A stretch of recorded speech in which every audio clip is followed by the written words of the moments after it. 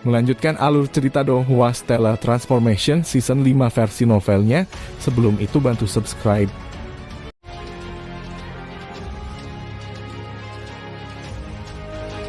Lan Feng muncul sekali lagi sebagai paman bela diri Qin Yu kali ini dalam upaya untuk membunuh Patriark Klan Yan Yan Gao diminta oleh Patriark Klan Liu Liu Minghan.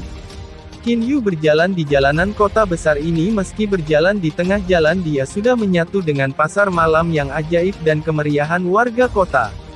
Dia punya satu pikiran membunuh Yan Gao. Untuk saat ini saya akan menikmati suasana pesta ini. Dia teliti melihat-lihat barang-barang pasar benar-benar merasa nyaman dengan suasana hati yang menyenangkan. Di jalan dia melihat pria tampan anak laki-laki wanita cantik dan wanita menggoda. Bahkan ada orang yang berstatus tinggi orang sombong orang agresif dan banyak lagi. Di dalam rumah teh Qin Yu sedang mempertimbangkan menu rumah teh dan agak terkejut melihat angka di atasnya. Harus kukatakan hanya orang kaya yang bisa menikmati hal-hal di rumah teh daun maple melayang ini. Pilihan teh harga tertinggi adalah 100 batu yaitu sekitar 1 batu kelas menengah. Kurasa hanya makhluk abadi yang sukses yang mampu melakukan pemborosan seperti itu. Itu adalah hari biasa bagi rumah teh terkenal itu. Hanya ada segelintir pelanggan tetapi yang mengherankan bahwa mereka semua adalah makhluk abadi dari level 5. Wanita berbaju hijau yang masuk sedikit di depan Qin Yu adalah level terendah di level 1 sementara pembantunya sudah menjadi level 7 abadi. Dengan cekatan Qin Yu mengangkat cangkir tehnya aroma harum teh langsung mengenai sinusnya. Embusan hangat dari uap memandikan hatinya dalam kemegahan yang perlahan menghilang saat dia mengangkat cangkir tehnya teh yang benar-benar enak. Hanya aroma daun jenuhnya yang cukup untuk meninggalkan efek ajaib pada Qin Yu. Dia hanya bisa terkesiap kagum akan teh yang begitu enak. Pelayan di sisi kirinya meletakkan teko teh dan berkata sepertinya tuan muda bukan dari sekitar sini kan. Qin Yu perlahan mengkonfirmasi dan melirik pelayan yang melanjutkan satu-satunya hal yang membuat Ember Moon terkenal adalah teh daun maple melayang ini. Dari seluruh domain galaksi Silver Stream hanya ada 2 tempat yang menghasilkan daun teh ini, satu adalah planet kita dan yang lainnya adalah planet daun merah. Pelayan itu bahkan tidak berhenti sama sekali saat dia mengoceh dengan sedikit bangga. Ember Moon hanyalah tempat pedesaan kecil dan tentu saja harganya sangat rendah. Satu kendi teh daun maple yang meluncur hanya dihargai 100 sedangkan di Red Leaf Planet harganya 200. Beberapa bilik jauhnya pelayan wanita berbaju hijau itu berkata dengan keras bicara dengan baik. Harga teh daun maple di tempat kami sekitar 500 namun tidak dapat dibandingkan dengan kualitas teh di sini. Apa yang Anda katakan Nyonya? Akhirnya Qin Yu perlahan mengambil beberapa teguk ringan dan menggulung cairan di sekitar mulutnya memperpanjang momen dan mencicipi teh. Dia meletakkan cangkir dengan hati-hati dan bertanya kepada pelayan berapa banyak stok daun teh daun maple yang dimiliki rumah teh ini. Jika memungkinkan saya ingin membeli beberapa. Mata pelayan itu berbinar.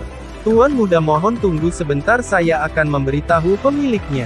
Sesaat kemudian pemilik tiba untuk menegosiasikan harga jual tetapi Qin Yu tidak repot-repot menawar sedikit pun.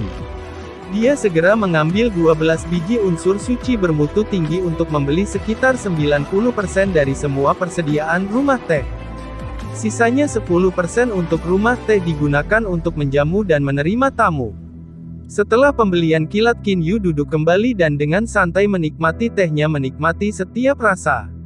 Sebuah suara menggelegar terdengar di seluruh kedai teh. Kakak ketiga, apakah kamu masih memiliki persediaan daun teh daun maple yang meluncur? Hampir semua tamu secara bersamaan mengerutkan kening karena kesal. Beberapa pasang mata melihat ke arah sumber gangguan. Sumber gangguan itu adalah seorang pria parubaya yang tampak bermartabat di pintu masuk kedai teh. Pemilik kedai teh segera berjalan keluar dari bagian belakang kedai teh. Dia sudah menggelengkan kepalanya. Kakak tertua, saya khawatir hampir semua stok saya ludes. Saya hanya memiliki sedikit sisa yang sudah saya rencanakan untuk mendapatkannya dari Anda. Pria di pintu masuk tampak agak tidak berdaya. Saya juga kehabisan stok. Anda tahu betapa patriark yang hebat itu sangat menyukai teh daun maple yang meluncur pada saat dia meninggalkan sesi pelatihan tertutupnya yang terakhir. Dia pasti menginginkannya. Aku sudah berkeliling beberapa tempat dan tidak beruntung sepertinya bahwa kita harus mengisi kembali persediaan kita di planet daun merah. Sayangnya Ember Moon memang memproduksi daun teh ini secara lokal tetapi produksinya hampir tidak dapat menutupi penggunaannya untuk penduduk setempat. Pemilik kedai teh itu mengerucutkan bibirnya. Planet daun merah belum lagi biaya perjalanan bahkan harganya 2 kali lipat dari yang kita miliki di sini. Pria di pintu masuk juga tampak enggan tetapi menjawab, demi patriark yang hebat sejumlah uang ini tidak berharga. Pemilik kedai teh merenung sejenak dan berjalan ke stan Qin Yu. Tuan muda, bisakah saya menarik pembelian daun teh sebelumnya dan juga saya akan mengembalikan 12 biji-biji bermutu tinggi. Qin Yu mengerutkan kening karena kesal atas permintaan pemilik kedai teh. Inikah caramu berbisnis tuan muda? Saya dipanggil Yan Wu Tao. Pendirian ini juga bagian dari klan Yan.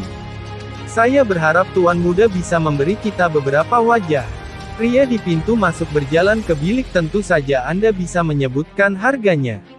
Bagaimana dengan 15 biji bermutu tinggi? Mereka baru saja menjual daunnya namun sekarang mereka ingin daunnya dikembalikan. Qin Yu tidak menatap siapapun secara khusus dan berkata, apakah saya terlihat seperti seseorang yang kekurangan uang? Dia bahkan tidak repot-repot menawar sebelumnya dan langsung mengeluarkan 12 biji kelas tinggi. Mengapa dia menjadi tipe orang yang peduli dengan uang sebanyak itu? Pemilik kedai teh dan Wu Tao menjadi kaku. Apakah Anda baru saja mengatakan bahwa Patriark Agung Anda telah memasuki pelatihan tertutup? Qin Yu tersadar. Ketika dia meletakkan fakta, satu mereka adalah orang-orang Yan Clan dan dua mereka mengatakan bahwa Patriark mereka berada dalam pelatihan pintu tertutup bersama-sama, itu berarti bahwa Patriark Yan pasti memasuki pengasingan. Wu Tao segera menjawab, itu benar, sang bapak bangsa telah memasuki pengasingan tetapi ketika dia keluar itu akan membutuhkan teh ini. Bisakah Anda berpisah dengannya? Dalam pengasingan Qin Yu tidak menunggu lebih lama lagi, dia segera meninggalkan kedai teh sambil mengabaikan permintaan kedua pria itu. Setelah pergi keduanya berteriak dengan sia-sia, hei tunggu pelanggan. Berjalan menyusuri jalan, Qin Yu menghela nafas tak berdaya. Tepat ketika aku hendak menyusahkan Patriark Yan, aku menemukan pria itu telah memasuki pelatihan tertutup. Aku hanya bisa pergi melihat seberapa kuat kekuatan melindungi lokasi pelatihan tertutupnya. Ia mata Qin Yu berbinar dengan resolusi, aku akan menangkap seseorang dan menginterogasi mereka. Dengan gerakan tubuhnya yang gemetar dia menghilang dari pandangan. Wu Tao merasa sangat frustrasi saat dia berjalan keluar dari kedai teh dan masuk ke gang terdekat. Saat itu di kedai teh pelanggan Qin Yu mempertahankan sikap tidak peduli, itu membuatnya sangat marah. Dia sangat ingin membunuh Qin Yu tetapi ketika dia menyelidiki Qin Yu dia menemukan dia tidak bisa menentukan kekuatan lainnya. Itu hanya bisa berarti satu hal, Qin Yu jauh lebih kuat darinya. Ini membuatnya sangat berhati-hati, belum lagi sikap boros dan mewah untuk membeli kedai teh ditambah dengan kekuatan individu itu, klan Yan-nya tidak mampu menyinggung orang semacam itu dengan dukungan yang begitu kuat. Dia tahu klan Yan-nya hanyalah penguasa kecil dari satu planet dan tidak bisa dibandingkan dengan beberapa pemain yang lebih besar di bidang abadi. Sebuah suara bergema memecahkan Wu Tao dari lamunannya. Apakah kamu Yan Wu Tao? Pria yang dimaksud tersentak kaget. Siapa yang memanggil saya? Sebelum Wu Tao dapat berbicara lagi dia tiba-tiba merasa pikirannya telah kosong dan saat berikutnya semuanya menjadi hitam. Dengan tawanan Wu Tao, Qin Yu menarik orang bodoh itu lebih dalam ke gang terpencil keluar dari mata dan telinga para penonton kota. Dengan robekan meteorikku menggunakan teknik ini menjadi sangat mudah. Qin Yu saat ini sedang mengendalikan pria yang dimaksud Yan Wu Tao. Sekarang katakan padaku kapan bapak bangsa memasuki pelatihan tertutup? Wu Yan berkedip kosong dan tampak lesu, bahkan matanya tidak bernyawa seperti kelereng. Itu terdengar seperti suara tenang penghipnotis. Katakan padaku, kapan dia akan keluar dari pengasingan? Kali ini jawabannya keluar dalam formasi yang lebih baik. Saya tidak tahu, Patriark yang hebat telah mengatakan bahwa itu bisa jadi 1 hari atau bisa 1 tahun. Tapi dia bilang kali ini seharusnya tidak lebih dari 2-4 minggu. Qin Yu agak puas dengan jawabannya. Benar, dia bisa menunggu beberapa minggu dan dia tidak terburu-buru. Tentu saja semakin cepat perbuatan itu dilakukan semakin baik baginya. Dia sudah menentukan bahwa Wu Tao adalah level 5 abadi. Seorang yang abadi pada tingkat itu harus memiliki posisi yang relatif tinggi dalam klan Yan, yang berarti orang itu akan tahu tentang banyak hal. Kemudian dia mengajukan pertanyaan di mana Bapak Bangsa melakukan pelatihan tertutupnya. Di kuil abadi pedang. Kuil pedang abadi bukan, orang itu mengangguk dalam gerakan lambat. Tanpa jeda Qin Yu bertanya lagi bagaimana pertahanannya. Kuil pedang abadi adalah susunan formasi yang dibuat oleh sang patriark sendiri dengan bantuan rekan-rekan seperguruannya. Kemampuan bertahannya sangat tinggi. Sang patriark pernah membual bahwa bahkan pedang emas tingkat 9 yang abadi akan kesulitan membobol kuil pedang abadi. Qin Yu dengan hati-hati mencerna informasi saudara bela diri Yan Gao harus menjadi murid sekolah Jade Sword. Karena Yan Gao dirinya adalah level 6 emas abadi, maka saudara bela dirinya kemungkinan besar berada di level yang sama. Dalam hal itu susunan formasi dari upaya gabungan mereka harus memiliki kekuatan yang cukup untuk mempertahankan serangan abadi emas level 9. Apa yang Qin Yu tahu adalah bahwa saudara bela diri terkuat Yan Gao telah mencapai level 9 keabadian emas.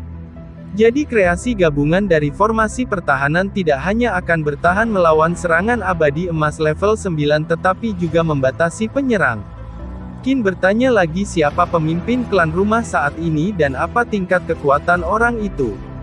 Dia ingin tahu sebanyak mungkin tentang klan Yan, terutama pemimpin klan saat ini. Dia tahu bahwa kekayaan keluarga dibagi menjadi 3 bagian. Yang pertama dipegang oleh klan terkuat, yang kedua dipegang oleh pemimpin klan, dan yang ketiga disimpan di gudang bersama klan. Karena Yan Gao dalam pengasingan, maka inilah saat yang tepat untuk berurusan dengan pemimpin klan sekarang. Datang setelah soliloquy singkatnya, pemimpin klan adalah Yan Sultan dan merupakan emas abadi tingkat 1. Interogasi berlanjut, lalu apakah Yan Sutian pedang yang abadi? Berapa banyak pedang abadi yang dimiliki klan Yan? Kali ini yang diinterogasi memberikan penjelasan rinci. Tidak, pemimpin marga hanya mempraktikkan seni internal marga. Di keluarga kami hanya 3 pedang abadi. Salah satunya adalah Patriark Agung kita, sementara 2 lainnya adalah pedang abadi yang abadi. Qin Yu mendengus puas. Sekarang kamu bisa berbaring dan tidur.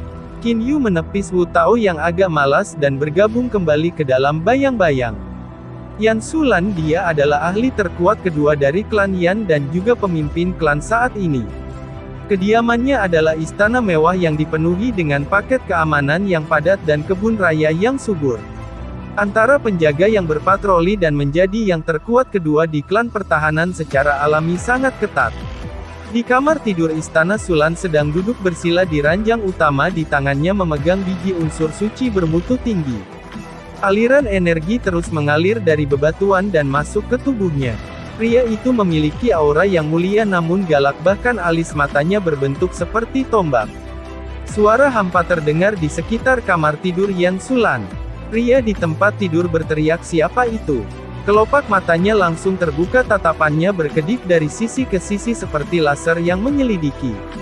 Swoosh, gelombang energi pedang telah tiba di wajah pria itu. Yang bisa dilihat orang hanyalah ekspresi kejutan beku di wajah pria itu sebelum tubuhnya hancur di kedua sisi. Pada saat yang sama cincin interspatialnya dan beberapa peralatan abadi muncul di sisi pria itu. Penyusup muncul di samping tempat tidur dan dengan santai mendekati barang jarahan. Penyusup itu justru Qin Yu. Ya, apapun barangnya, setidaknya ada Yuanying emas abadi level 1, seharusnya tidak disia-siakan. Qin Yu dengan cepat menyimpan Yuanying tersebut dan barang-barang lainnya jatuh ke cincin esteriknya. Dia mengangkat cincin interspatial yang dijatuhkan untuk diperiksa dan menghela nafas 3 manik-manik di mat transfer suara lumayan. Beberapa item kelas abadi yang terbaik hanya di kelas menengah itu terlalu buruk. Terakhir biji unsur suci kelas atas hanya 82. Faktanya adalah bahwa Qin Yu tidak tahu banyak tentang kekayaan klan Yan. Dia juga tidak tahu seberapa kaya klan itu. Dia berbalik dan pergi mengendarai angin keluar. Di belakangnya adalah mayat Yan Sulan yang sunyi, yang matanya masih terbuka lebar, tidak mengerti bagaimana dia meninggal. Pagi selanjutnya, 2 pelayan istana pemimpin klan bergeser dari satu kaki ke kaki lainnya saat mereka berteriak untuk membangunkan tuan, tetapi tidak ada tanggapan yang terdengar. Mereka saling memandang, seorang di kiri berpikir keras. Ada apa dengan Tuan? Apa terjadi sesuatu? Yang lainnya menolak. Yang pertama, tidak mungkin. Itu pasti tuannya sudah meninggalkan rumah.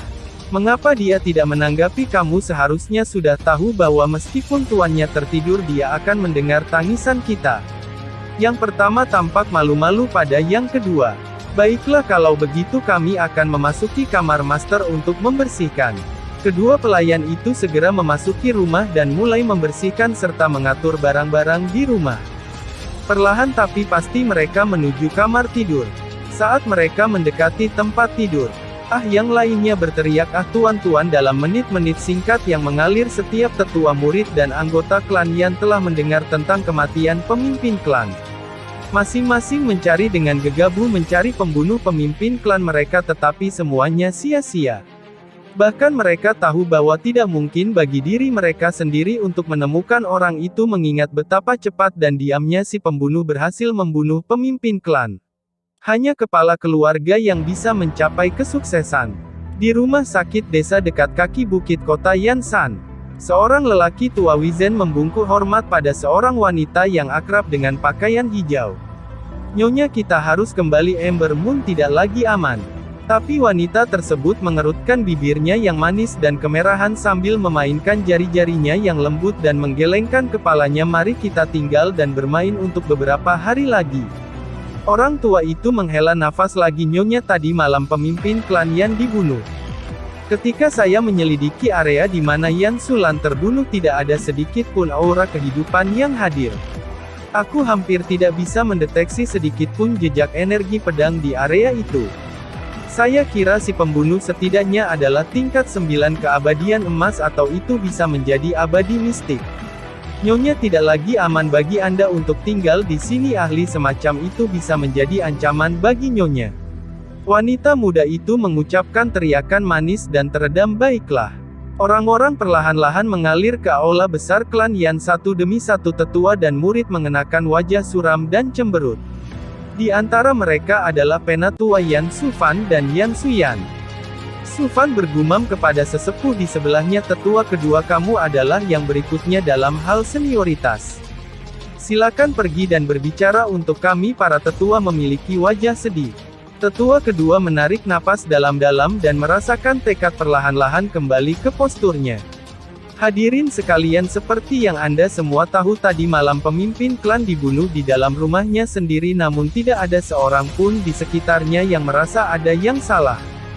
Dia berhenti dan menyapu pandangannya ke semua yang hadir, menelan dan melanjutkan, sampai sekarang kami mengerahkan semua upaya untuk menemukan si pembunuh. Semua orang mencari pria yang dimaksud, tetapi itu hanya pajangan. Mengetahui bahwa pembunuhnya dapat membunuh Sulan pasti berarti bahwa pembunuhnya adalah setidaknya makhluk abadi emas. Jika si pembunuh ingin melarikan diri, dia akan menggunakan teleportasi yang lebih besar untuk kabur. Jadi meskipun kita melihat kerumunan orang semua memakai senyum mengejek diri sendiri dan wajah pahit. Apa yang dikatakan tetua itu adalah kebenaran. Meskipun banyak orang dikirim untuk mencari calon pembunuh, tapi itu adalah pencarian yang ditakdirkan untuk membuahkan hasil.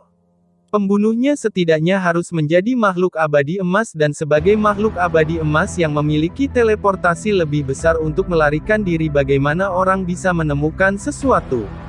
Kita harus menemukan cara untuk mendapatkan bantuan dari sekolah pedang giok. Jika mereka bersedia membantu maka kemungkinan balas dendam sangat tinggi, tapi sayangnya kami tidak memiliki banyak pengaruh atas sekolah atau berhubungan dengan mereka dengan cara apapun. Masalah ini kita harus membiarkan Bapak Bangsa Besar untuk bertindak karena Bapak Bangsa adalah murid sekolah, perkataannya akan lebih berbobot daripada kita. Tapi sang patriark sedang menjalani pelatihan tertutup. Istri dari pemimpin klan itu langsung melihat ke arah penyiar dengan tatapan tak berdaya. Tetua kedua dan juga penyiar mengangguk dengan serius. Benar, kita hanya bisa menunggu. Kali ini sang patriark ingin mencapai tingkat ke-7 dari tahap keabadian emas sebelum keluar dari pelatihannya. Jika kita mengganggunya sebelum dia mencapai tujuannya, kita akan dicap sebagai pengkhianat atau penjahat keluarga Yan. Semua orang di aula tahu bahwa patriark lebih penting daripada Liu Sulan, pemimpin klan. Meskipun yang terakhir sudah mati selama Yan Gao sang patriark ada di sekitar keluarga, Yan masih bisa berdiri dengan bangga dengan kepala terangkat tinggi di Ember Moon. Tetapi jika Yan Gao binasa dan dihancurkan baik tubuh maupun jiwa keluarga Yan tidak akan pernah berdiri lagi. Mereka akan sangat ditekan atau dicekik oleh dua keluarga besar lainnya. Di desa terpencil di perbatasan-perbatasan kota yang dikendalikan Yan San, seorang Xiuzenis sedang berpikir. Xiuzenis itu sedang duduk di halaman depan sebuah kediaman berukuran besar. Itu Qin Yu, dia telah membeli kediaman dengan sepotong biji unsur suci kelas menengah. Dia sangat yakin jumlah total dari semua biji unsur suci berjumlah hanya 100 juta. Sekarang pertanyaannya adalah untuk klan besar bagaimana dan mengapa kekayaan pemimpin klan mereka begitu kecil. Dia melempar cincin itu ke unit penyimpanannya sendiri dan duduk kembali dalam posisi meditasi. Lupakan ini, saya lebih suka menghabiskan waktu untuk pelatihan. Alih-alih kembali ke tubuh aslinya, dia memilih untuk tetap berada di dalam bonekanya karena dia sedang melatih cara jiwa. Di sisi lain, seorang pria parubaya duduk di tengah-tengah kuil. Meskipun penampilan pria berusia sekitar parubaya, alisnya benar-benar putih dan menggantung ke bawah dari dua sisi luar wajahnya. Di sekelilingnya gelombang energi pedang dipancarkan dan diserap. Tiba-tiba alis yang terkulai sama mengambang oleh energi tak berbentuk. Alih-alih memancarkan energi, semua energi di sekitarnya langsung menyatu dengan dirinya sebagai pusat gempa. Kekuatan penindasan dari energi pedang yang sangat terkonsentrasi menyebabkan atmosfer mencekik yang berat di ruangan di sekitarnya. Pria itu dirinya sendiri memanas dengan cukup cepat, wajahnya memerah karena pengerahan tenaga yang konstan. Warnanya merah sekarang berubah menjadi ungu. Uap dan energi dikeluarkan dari lubang hidung pria itu dari dalam dua gelombang energi pedang yang menindas dikirim keluar yang mengelilingi tubuhnya dan terbang kembali. Proses ini diulang setiap kali, interval antara nafas dipersingkat sampai hingga tubuh pria itu mulai bergetar tak terkendali. Ledakan, gelombang energi pedang yang tak terhitung jumlahnya meletus dari tubuh pria itu meluas ke segala arah dan menghantam penghalang yang diterapkan pada kuil pedang abadi ini. Penghalang hanya berdesir sedikit tanpa banyak perubahan. Bagaimanapun itu adalah penghalang formasi yang dibangun oleh pria itu dan sesama saudara bela diri dengan silsilah tinggi. Dalam keheningan yang mengikuti, pria itu menghembuskan napas dan berkata dengan ekspresi puas. Saya sudah berhasil, saya akhirnya mencapai tingkat ke-7 dari tahap abadi emas. Mata pria parubaya itu terbuka dan dari dalam cahaya yang menyala-nyala keluar. Nama pria itu adalah Yan Gao. Dia adalah sang patriark yang telah menjalani pelatihan tertutup beberapa waktu lalu. Beberapa saat yang lalu dia merasakan bahwa dia berada di puncak tingkat ke-6 dari keabadian emas dan hanya satu langkah lagi untuk menerobos. Jadi kali ini pelatihan tertutup telah berhasil membuatnya mencapai level 7. Yan Gao mengambil jimat transfer suara dan berbicara dengan keras, dengan hormat guru, saya telah mencapai tingkat ke-7 dari tahap abadi emas. Gurunya adalah Yu Dian dari generasi kedua murid sekolah pedang giok. Tuannya juga satu-satunya di antara generasi kedua di tingkat ke-8 dari tahap abadi emas. Tapi dalam hal kemampuan mengatur dan manajemen, masternya adalah peringkat teratas. Jadi meskipun masternya memiliki prestasi kultivasi yang rendah, Yu Dian masih memegang posisi dan status yang relatif tinggi di sekolah. Yu Dian juga terlihat sangat senang, muridku, kamu akhirnya mencapai level 7 tahap abadi emas. Itu bagus. Saya ingin Anda membantu saya dalam beberapa hal, tetapi khawatir Anda mungkin tidak memiliki aura memerintah ketika Anda masih di level 6. Dalam beberapa hari Anda harus datang ke planet Timbal Merah dan melapor kepada saya. Dalam hal kepercayaan dan jaminan, menggunakan murid sendiri adalah yang paling meyakinkan. Tuan, yakinlah murid ini pertama-tama akan membuat pengaturan untuk keluarganya sendiri lalu segera bergegas ke sana. Yan Gao bukanlah orang idiot, bagaimana mungkin planet kecil seperti Ember Moon memungkinkannya mencapai sesuatu. Dia sangat gembira atas permintaan tuannya dan sangat ingin segera berangkat. Setelah itu dia mengirimkan kekuatan spiritualnya yang abadi untuk mengelilingi kota keluarganya. Yan Suo, Yan Lan, saya akan keluar dari area pelatihan pintu tertutup. Dia terkejut menemukan bahwa dia tidak dapat menemukan tanda tangan transfer suara Yan Lan dan segera memperluas bidang pencariannya. Namun ketika dia telah mencakup seluruh pegunungan di sekitar kota asalnya, dia masih tidak dapat menemukan Yan Lan. Pesan balasan dari Yan Suo membuat darahnya membeku. Patriark yang hebat pemimpin klan telah dibunuh. Dia baru saja menembus ke tingkat ke-7 dari tahap keabadian emas, juga menerima pujian dan pekerjaan dari tuannya dan merasa di atas bulan. Tapi sekarang satu berita telah merusak parade dan menggelapkan suasana hatinya. Bagaimana dengan pembunuhnya? Tetua kedua melompat ke tautan komunikasi. Patriark yang hebat, si pembunuh, menyelinap masuk dalam kegelapan malam dan membunuh pemimpin klan. Tidak ada yang melihat wajah si pembunuh atau pelarian mereka. Karena itu kami tidak bisa menemukan pembunuhnya. Yan Gao membumi gerahamnya dengan marah, wajahnya telah menjadi inkarnasi iblis. Tunggu sampai aku sampai di sana, pesannya telah disiarkan ke setiap anak murid dan anggota klan Yan. Scene berpindah di dalam halaman sebuah desa pegunungan terpencil. Qin Yu jelas bisa merasakan sapuan kekuatan roh abadi Yan Gao. Meskipun perbedaan kekuatan jiwa antara keduanya besar, namun berkat fusi dengan air mata meteorik, kekuatan abadi Qin Yu menjadi sangat sensitif ke titik di mana dia dapat dengan jelas mendeteksi yang lain. Orang tua itu menyelesaikan pelatihannya, dia melihat ke cakrawala ke arah markas Yan Clan dan dengan sedikit goyangan tubuhnya dia menghilang dari pandangan. Di aula utama markas keluarga Yan. Obrolan memenuhi aula utama pada hari ini. Sekitar 100 anggota keluarga berkumpul di aula utama. Ratusan orang ini semuanya adalah elit dari keluarga Yan, bahkan Yan Wu Tao yang sebelumnya ditahan juga hadir. Pada saat itu Qin Yu hanya menangkap dan menginterogasi Wu Tao, kemudian membuat orang itu mengalami koma amnesia dan tidak membunuh orang itu. Sebuah suara kasar menggelegar di aula. Diam, Su Fan, seorang tetua keluarga, melihat ke depan dari kejauhan saat dia menyelesaikan teriakannya. Setiap pertengkaran dan obrolan berhenti di tengah kalimat, seperti seseorang telah membekukan waktu di aula utama. Tidak ada satu suara pun yang keluar dari bibir orang lain karena mereka semua telah menebak patriark yang hebat telah tiba dari balik layar belakang aula utama. Patriark dan tetua kedua berjalan keluar, yang pertama ada di depan sementara yang lebih tua berjalan di belakang. Patriark memerintahkan aura ganas yang menyapu keluar dengan alis seperti tombak dan cemberut gelap. Setiap anggota keluarga Yan hampir tidak bisa bernapas. Kedua tetua itu mendekati 3 singgasana berpunggung tinggi di bagian belakang aula.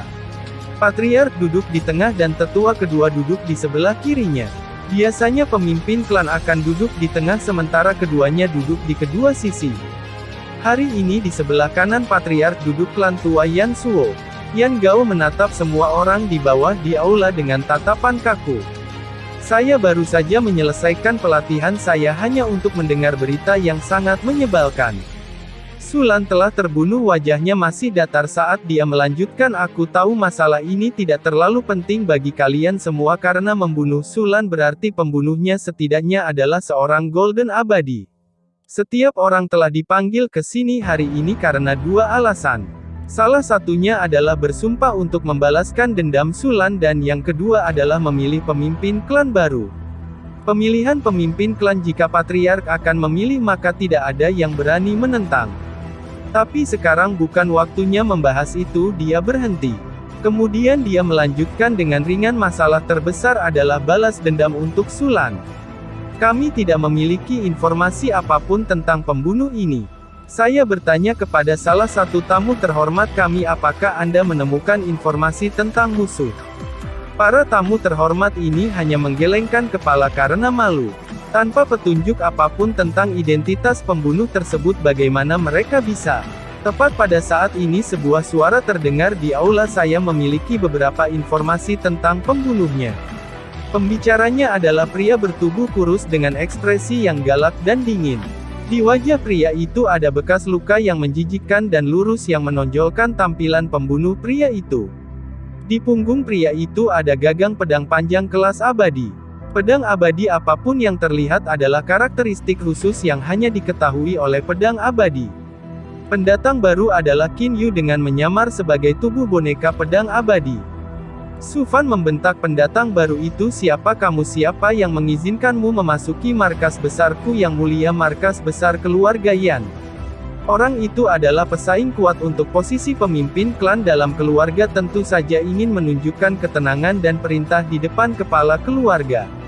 Kamu siluman bodoh. Qin Yu bahkan tidak melihat pria itu dan membentaknya dengan jijik, saya berbicara dengan patriark yang hebat, bukan junior lemah seperti Anda. Dia tidak repot-repot memberi pria itu sedikit pun rasa hormat, hanya tatapan menghina. Pria itu bahkan bukan seorang abadi emas dan di matanya orang seperti itu bahkan tidak sebanding dengan kotoran di sepatu botnya. Yan Gao berbicara dengan nada sopan. Saya adalah generasi ketiga dan murid dari sekolah pedang giok dan disebut Yan Gao. Bolehkah saya bertanya dari sekolah mana sesama murid pedang berasal? Qin Yu sengaja membocorkan sebagian dari kekuatan dan kekuatan jiwanya untuk memungkinkan yang lain untuk menyelidiki. Rekan berpikir Qin Yu hanyalah level 8 normal abadi dan tidak peduli tentang kedatangannya. Satu-satunya alasan mengapa orang itu bertanya adalah karena di punggungnya ada pedang yang melambangkan dia berasal dari sekolah pedang abadi. Sekolah pedang abadi sangat banyak di bidang abadi. Banyak yang sangat kuat dan sekolah pedang giok hanyalah sekolah kecil dibandingkan dengan kekuatan yang lebih besar itu. Apa yang ditakuti Yan Gao bukanlah Qin Yu tapi sekolah kuat di belakang Qin Yu. Qin Yu tertawa malu-malu, aku bukan bagian dari sekolah tertentu. Dia bisa melihat wajah orang itu menjadi cemberut. Apakah kamu datang untuk membodohiku dengan semacam tipuan? Tetua kedua di sebelah kirinya berseru, patriark yang hebat, mereka yang berani masuk tanpa izin di aula utama klan Yan adalah kejahatan besar. Sekarang pelanggar berani menunjukkan keberanian seperti itu, dia harus dihukum. Wajah Qin Yu langsung dipertajam dengan ekspresi pembunuh. Aku tidak datang untuk membodohimu tapi untuk membunuhmu. Dia sudah menggenggam gagang pedang panjangnya di belakang punggungnya. Pada kejadian berikutnya dia telah menarik pedangnya dan mengaktifkan teknik ketujuh dari gaya Heaven Sundering Sword. Gelombang roh pedang buram yang sangat tipis melolong ke arah Yan Gao yang juga telah menarik pedangnya dan segera meletus dengan kekuatan ledakan. Sebelum Yan Gao bahkan bisa melepaskan serangannya sendiri, garis tipis telah muncul dari kepalanya ke bagian bawahnya. Ekspresi tidak percaya masih terlihat di mata orang itu saat tubuhnya jatuh ke lantai dan terbelah. Cairan tubuh menyembur keluar dari air mancur pembuluh darah dan materi tengkorak berceceran di platform yang ditinggikan tempat kursi penguasa berdiri. Dalam satu pukulan pedang emas tingkat 7 abadi, Yan Gao telah mati. Di mana-mana dan semua orang di sekitar membatu karena terkejut cemas, seolah-olah waktu telah benar-benar berhenti. Malaikat pelindung klan mereka Yan Gao dan kekuatan terbesar telah mati dan meninggal dengan sangat menyedihkan. Tidak ada yang bereaksi saat Qin Yu mengambil Yuanying dari sesepuh mereka yang dihormati. Yuanying abadi emas level 7 tidak boleh disia-siakan. Sudah pasti tidak boleh disia-siakan karena kenyataannya masih belum bisa diterima oleh penonton. Qin Yu tersenyum dan menyimpan Yuanying di cincin esnya yang menyala lalu menghilang dari aula utama. Ketika mereka mendengar suara pendatang baru dan menyaksikan pria itu mengambil Yuanying dan menghilang, dan barulah kerumunan itu terbangun dari kebodohan mereka menjadi kenyataan. Terima kasih sudah menonton. Lanjut di video selanjutnya, jangan lupa subscribe.